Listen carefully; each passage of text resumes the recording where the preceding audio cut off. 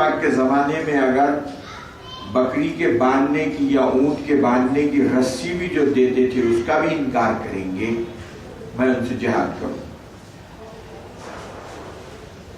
تو اب ایک گروپ یہ تھا کہ ہم زکوٰۃ نہیں دیتے، سب کریں گے۔ ایک گروپ بول رہا تھا کہ زکوٰۃ بھی دیں گے لیکن آپ کو نہیں دیں گے، جو اسلامی نظام ہے شرعی اس کو نہیں مانتے، یہ مانے ہوئے اس کے۔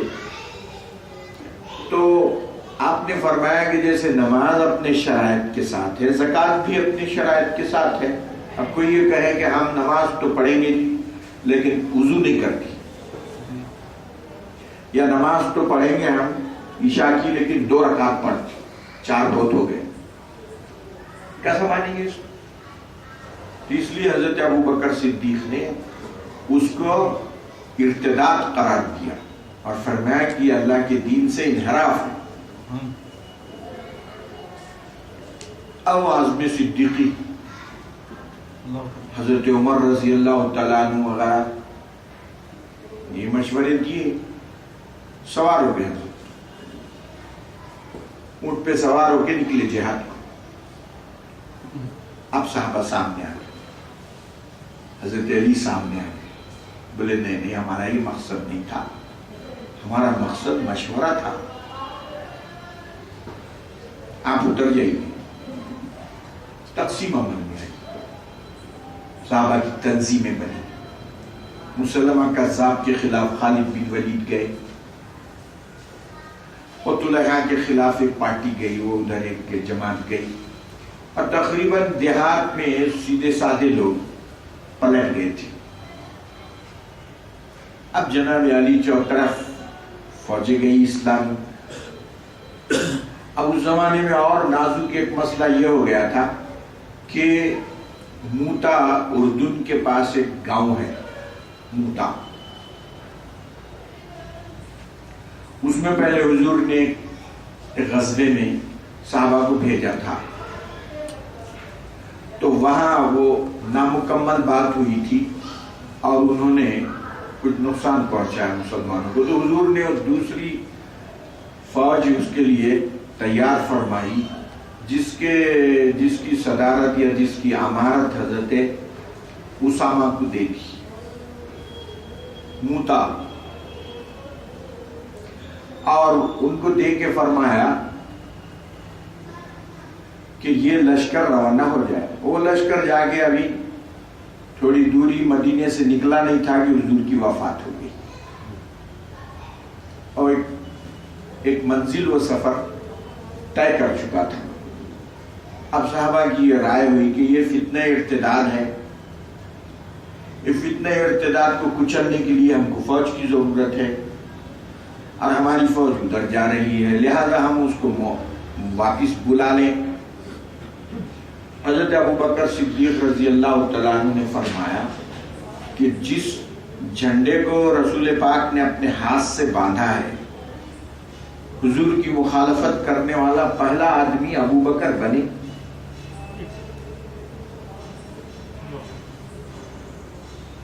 واللہ لو اکلتنی الذئاب، جملہ دیکھیے ان کا، قسم بخدا اگر ابوبکر کو یہاں بھیڑیے بھی کھاتے ہیں مدینے میں، وہ فوج نہیں رکے گی، جس کو اللہ کے رسول نے، جس کا جھنڈا اللہ کے رسول نے باندھ کے ان کے ہاتھ میں دیا ہے۔ دیکھیے بات، عزم صدیقی اسی کو بولتی۔ پھر صحابہ نے گزارش کی کہ کم از کم ایسا تو کر لیا جائے کہ حضرت اسامہ اس کے امیر تھے، 18 سال کا نوجوان حبشی، اور اس فوج میں سپاہی کی طرح حضرت علی، حضرت عمر، نخوت اور تکبر کے پورے کیڑے اسلام نے ناک سے نکال دی۔ عربوں کی جو نخوت تھی، کیا زبردست مستشرق جو رائٹرز تھے، انہوں نے کیا تعریف کی ہے حضور کے اس اقدام کی.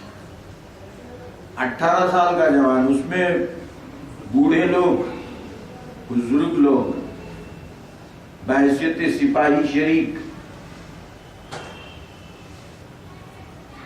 حضرت علی اس میں موجود سپاہی، حضرت عمر اس میں موجود سپاہی،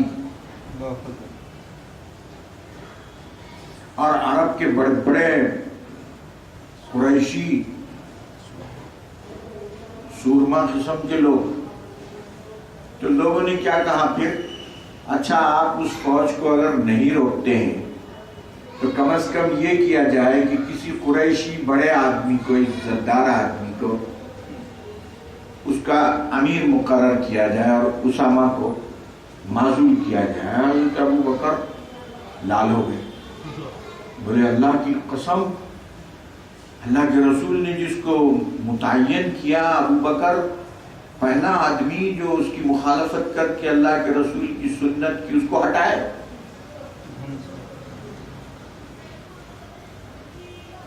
یہ عزم صدیقی سے تو صحابہ سمجھ گئے کہ یہ اللہ نے ان کا شرع صدر فرمایا ہے. فوج گئی. البتہ حضرت ابو بکر نے حضرت اسامہ سے اتنی اجازت لے لی کہ یہ حضرت علی اور عمر یہ دونوں کو مشاورت کے لیے مجھے ضرورت ہو، اگر آپ اجازت دیں تو میں ان کو رکھ لیتا ہوں. آپ اجازت دیں تو، کیونکہ حکم خدا حکم رسول سے وہ طے ہو گئے تھے، اور جو حضرت اسامہ طے کرے وہی طے ہے. دیکھیے آپ، یہ ہے نظم، یہ ہے اسلام. تبھی تو کائنات کے چپے چپے میں پھیل گیا اور پھیل کے رہے گا. کوئی مانے نہ مانے، کوئی تسلیم کرے نہ کرے، اس کو جانا ہی جانا ہے آگے. آپ لاکھ سازشیں کر لیں، دھماکے کر لیں، سازشیں کر لیں، پلاننگ بنائیں، یہ رکنے والا نہیں، اس کو قیامت تک جانا ہی جانا ہے. لِيُظْهِرَهُ عَلَى الدِّينِ كُلِّهِ، اللہ سبحانہ و تعالی اس دین کو ہر زمانے میں غالب رکھے گا، غالب ہوگا. وَلَوْ كَرِهَ الْمُشْرِكُونَ وَلَوْ كَرِهَ الْكَافِرُونَ، اگرچہ کہ کافر لوگ ناپسند کریں، غالب ہو کے رہے گا. حضرت اسامہ نے اجازت دے دی. 18 سال کا نوجوان، وہ بھی حبشی. دیکھیے آپ، یہ اسلامی مساوات، اسلامی جو نظم و نسق ہے، یہ ہے اسلامی نظم و نسق. بڑائی، معتبری، تکبر، اس کا کوئی گزر نہیں ہے. اس میں